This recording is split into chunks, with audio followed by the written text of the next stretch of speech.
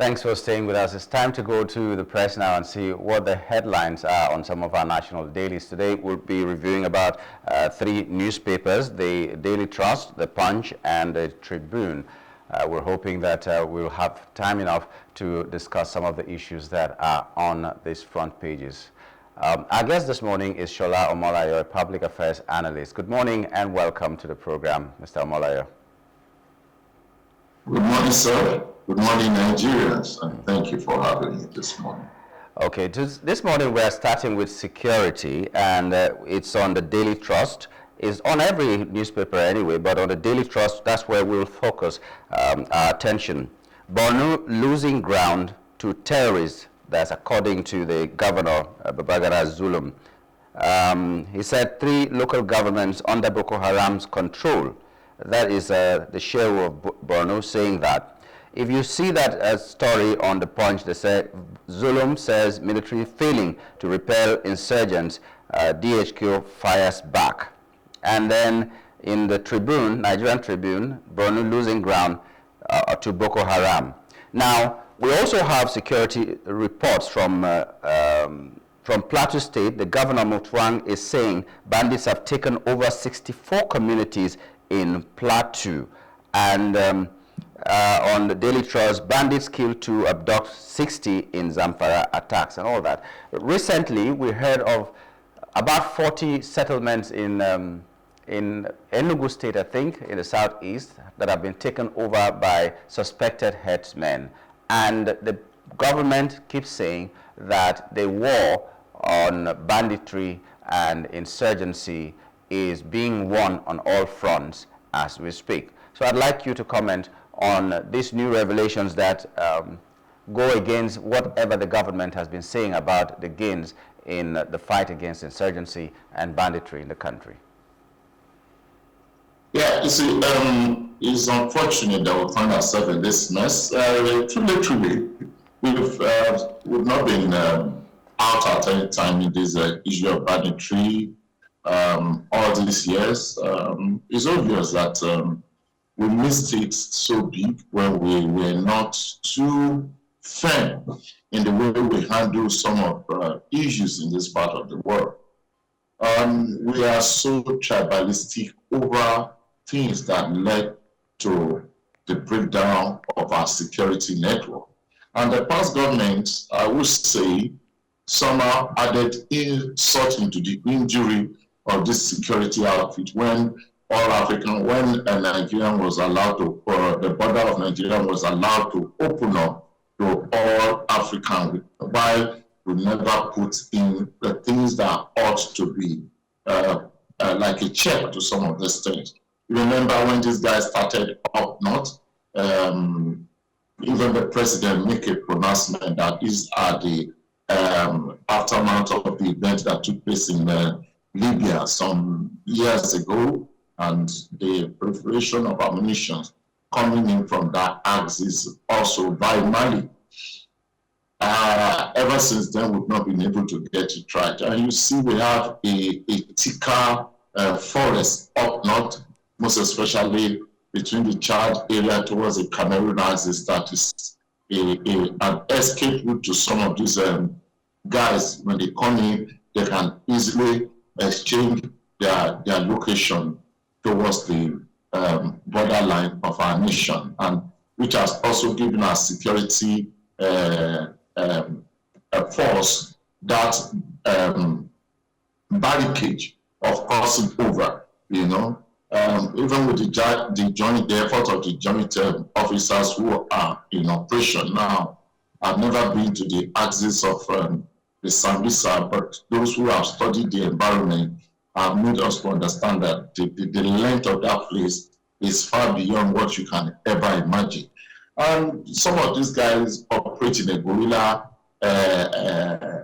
tactics where our military men will find it very difficult, because where a guerrilla operation is put into action, if any country all over the world that will target such a bust, is going to be a big tax. So I don't know. I think we need to sit down and let the security personnel draw the line of what it is to be done to make it total, or else we find ourselves in a big mess. Wherever you turn to now, Ondo yesterday, Ondo was in protest yesterday because of the same security outfit. People have been killed.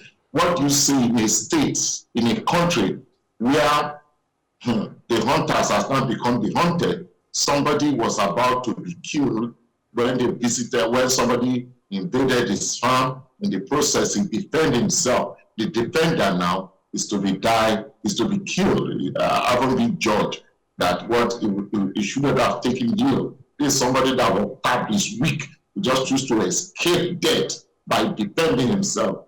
We are asking him he should face the same death penalty. What do you say to that? Where some group of people, you don't know where they are from. Even we were told that some of these guys are not Nigerians, they are foreigners. They just travel your farm, invade your land, and do all sorts of things. At the end of the day, they kill and maim, and something serious is not done. I think this whole thing will go to the desk of the government to know what to do. It's unfortunate that Sulum, the guy has tried so much in his first time in office. Everybody sees what the guy went through in the hands of this same guy, this bandit. And I don't know. I think it's going to be the security network that should really come up and decide once and for all what should be done. Because I can't. You hear bombardment of this guy. Just imagine how many are they? I want to believe that they have turned their operation into this guerrilla attack. So it makes it difficult even for the government. I don't know the power.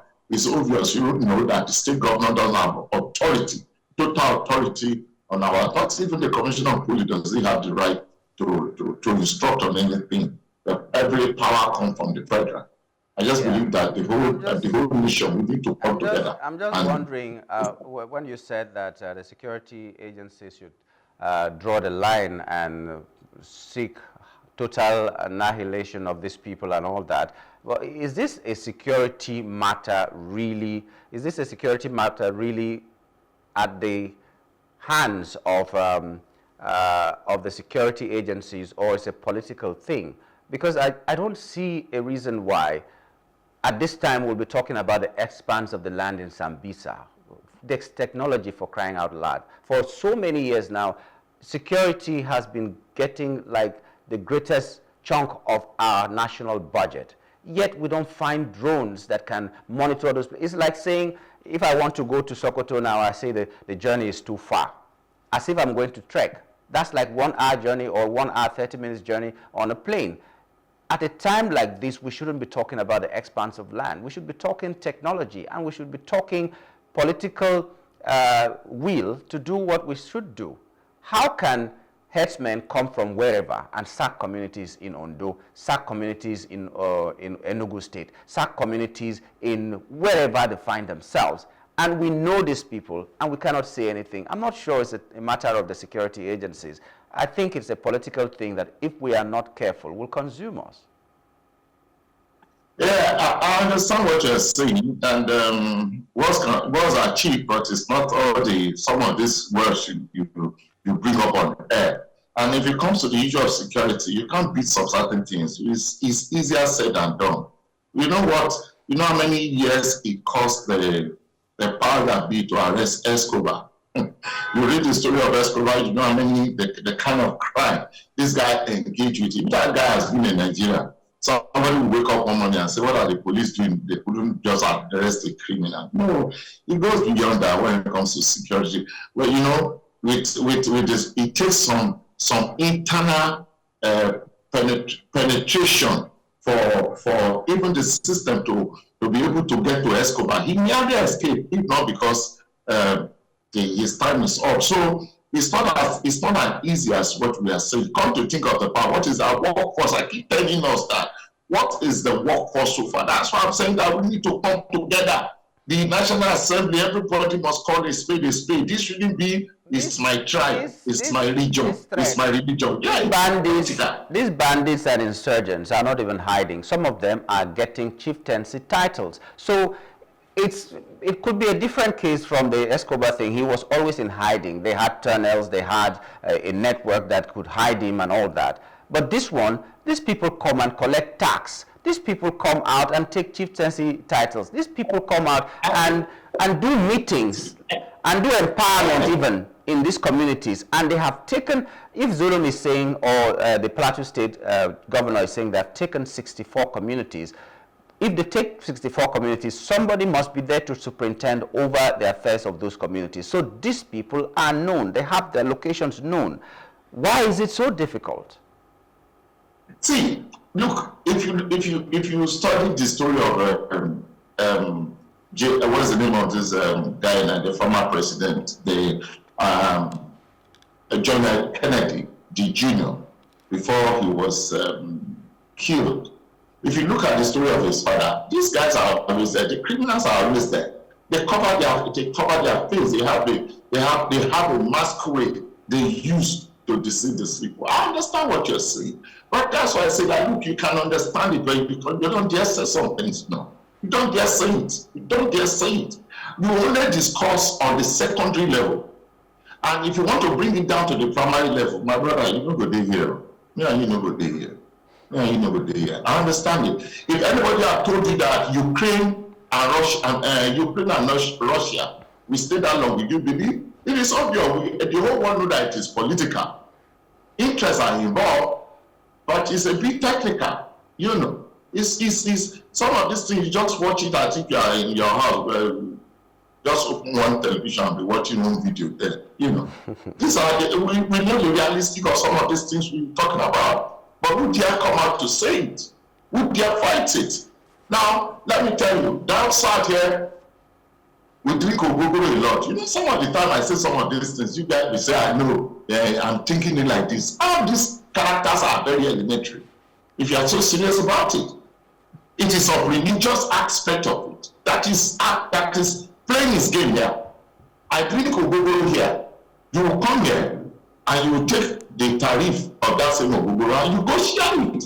But the other guy who's drinking ogogoro over there, you line him down and flog him. It's an imbalance. So look at those elementary acts, then you begin to see the picture of the analysis you are trying to draw in there. It could look so elementary, but this is a statement of fact. It's a statement of fact.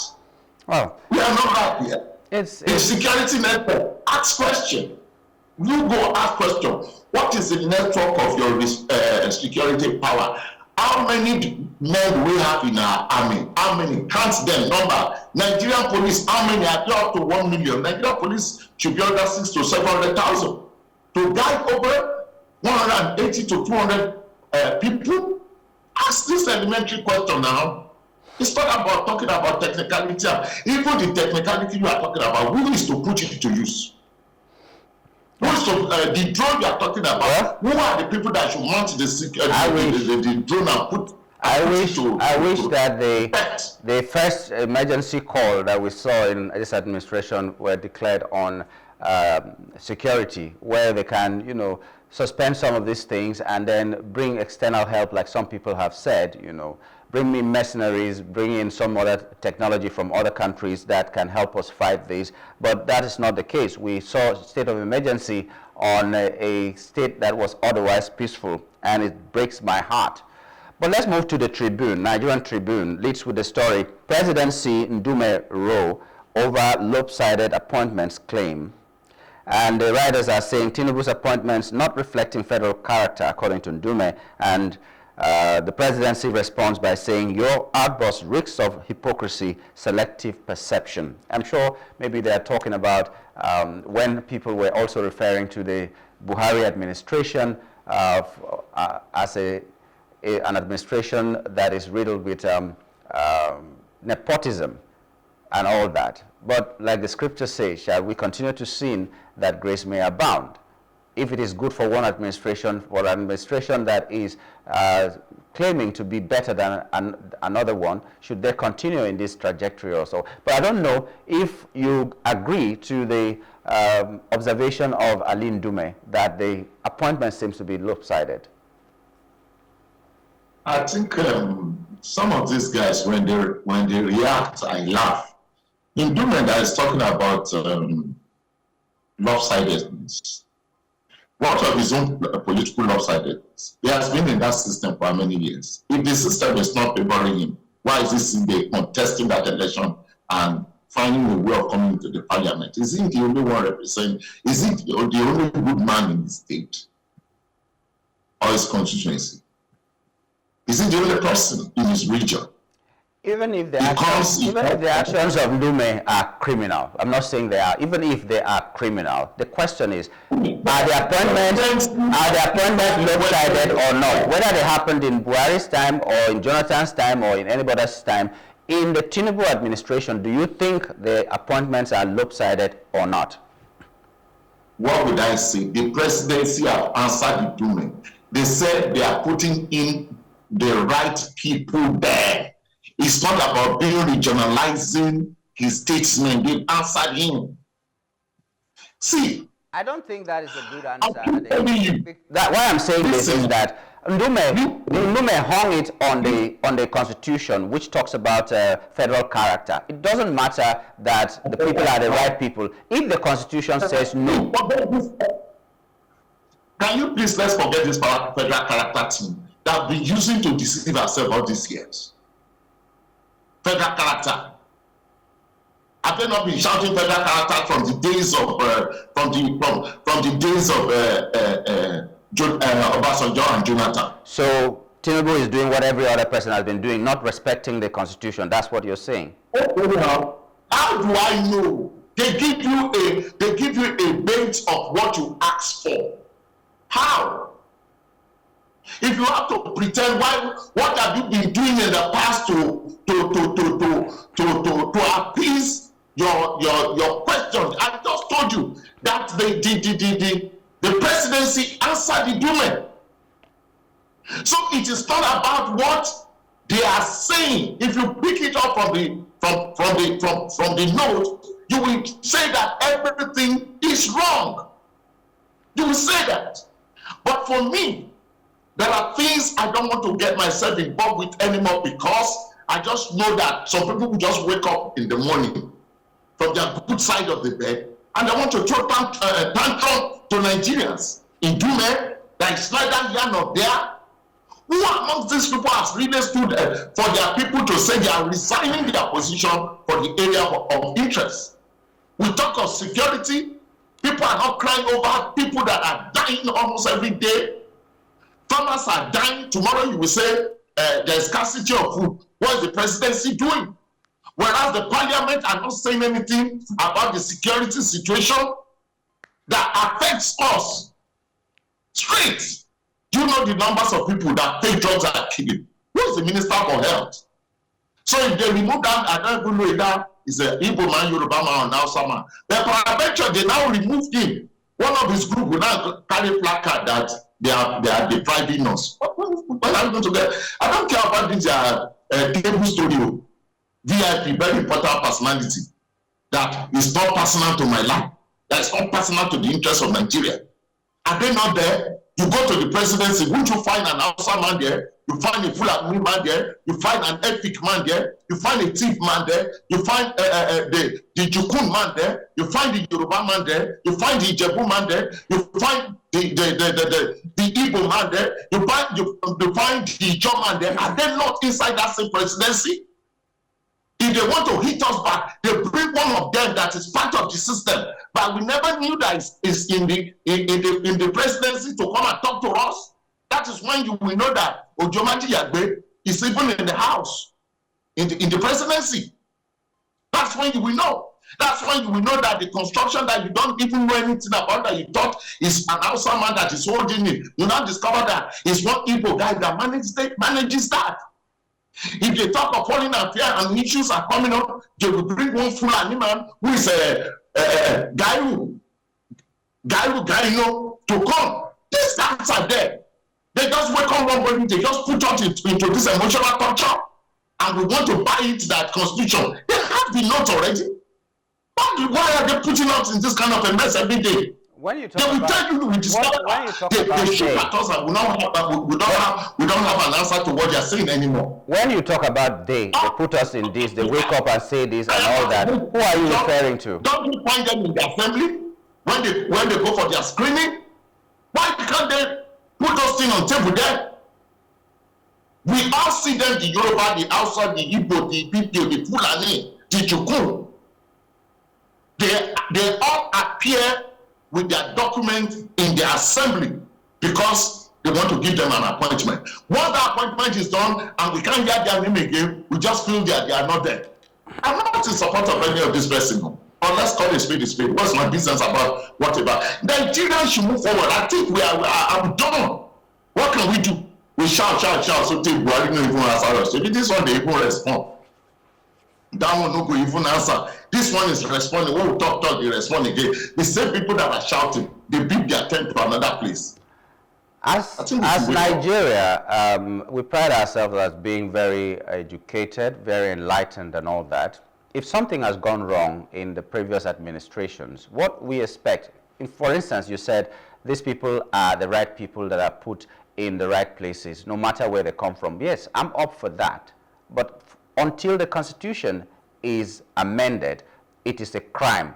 If it says that a particular percentage should come from here, and the federal character that we're talking about, it may not be working for us. But as long as the Constitution still has that provision, whatever is done on the contrary is a crime. So as a responsible society, we should be talking about amending the Constitution to remove some of these things rather than just jettisoning what we have put down as our laws and doing what we like. Because if anybody comes to do what they like, they will also use the same excuse that what is in the Constitution is not working. So let us remove it. So long as it's still there, we are criminals doing the opposite thing. That's my take. So a simple question is that whether Ndume is a hypocrite or not, is this happening? Because they are very competent people from every geopolitical zone. Now, let me ask you this question now. Ndume has spoken. Which area is he talking about now? That they lack, that one area is lacking. Can you just explain? As a journalist, have you really asked yourself that this Ndume is talking, that is talking now, this Ndume that picked holes from the days of Buhari to date, which area? He has been throwing tantrum to areas. Okay, I agree. He is right. Let's call a spade a spade. The president is putting the Yoruba in all major positions. Is that okay? Which area has been able to open up? Is it in defense? Is it in finance? Where? We should be able to know. Which area is he talking about? Because I know on record today, visit any of government's institution, the person that is talking, I can tell you for free, majority of his men are found there. Is either as a deputy, assistant director, deputy assistant director. Is it CG? Go check your record. It's all right. It's okay. If you are employed, please hold on. Wrap up, please. If you go, just wait now. You ask questions. You yes, but be fast about the answer. Our time is up. That's what I'm saying. Answer. Answer it. I am asking you, go to, is it custom? Is it immigration? Is it air force? Go and check your record there. You find majority of their men there. There. It took in 2001. In 2001, it was when Operation Show Your Certificate comes up that some of the people from the South were able to become a director in some educational ministry. Yeah, some people may not like this president. Let's go with it. Yeah, thank God. Me, I'm not for everybody. Neither am I for everybody. Do you understand it? We may not like him based on some certain things politically. But please, I am not going to be a fool. I am also preparing for the 2027 election. We will ask questions. All right. We just hope Nigeria becomes better. The rule of law is what we are praying for in Nigeria. And once that is in place and everybody does their part, we are going to progress to where we want. El Dorado may not be achievable, but we will get to somewhere that we it will be our fault if we don't mine the milk and honey that God has given us freely. But we'd like to thank you, Mr. Omolayo, for coming on the show. As usual, it's been fiery and interesting. We thank you for your time this morning. Thank you so much. May God bless Nigeria. Amen. Our guest this morning has been Mr. SOLA Omolayo, a public affairs analyst, and we're looking at the papers, what the headlines were this morning.